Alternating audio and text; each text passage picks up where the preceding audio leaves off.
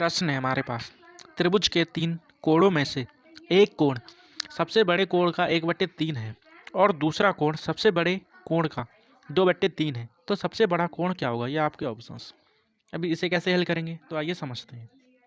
हमें क्या 3 कोण दिए हैं, ए बी सी, ठीक है। जो सबसे बड़ा कोण है, ठीक है, उसको हम क्या मान लेते हैं? उसको मान लेते हैं हम 3।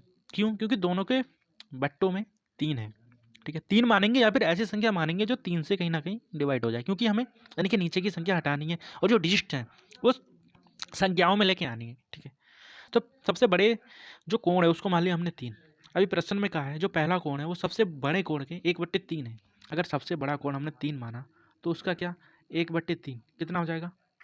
वो हो जाएगा 1, तो यहाँ आ जाएगा 1। अभी प्रश्न कहता है कि दूसरा जो कोण है वो सबसे बड़े कोण के 2/3 है। अगर सबसे बड़ा कोण हमने 3 माना है तो वो वाला कोण कितना हो जाएगा? 2/3। 3 से 3 कैंसिल होगा, कितना आएगा? 2, ठीक है। अब ये हमारे पास तीनों कोणों का अनुपात आ गया। लेकिन हमें पता होगा कि त्रिभुज के तीन कोणों का योग कितना होता है? वो होता है 180।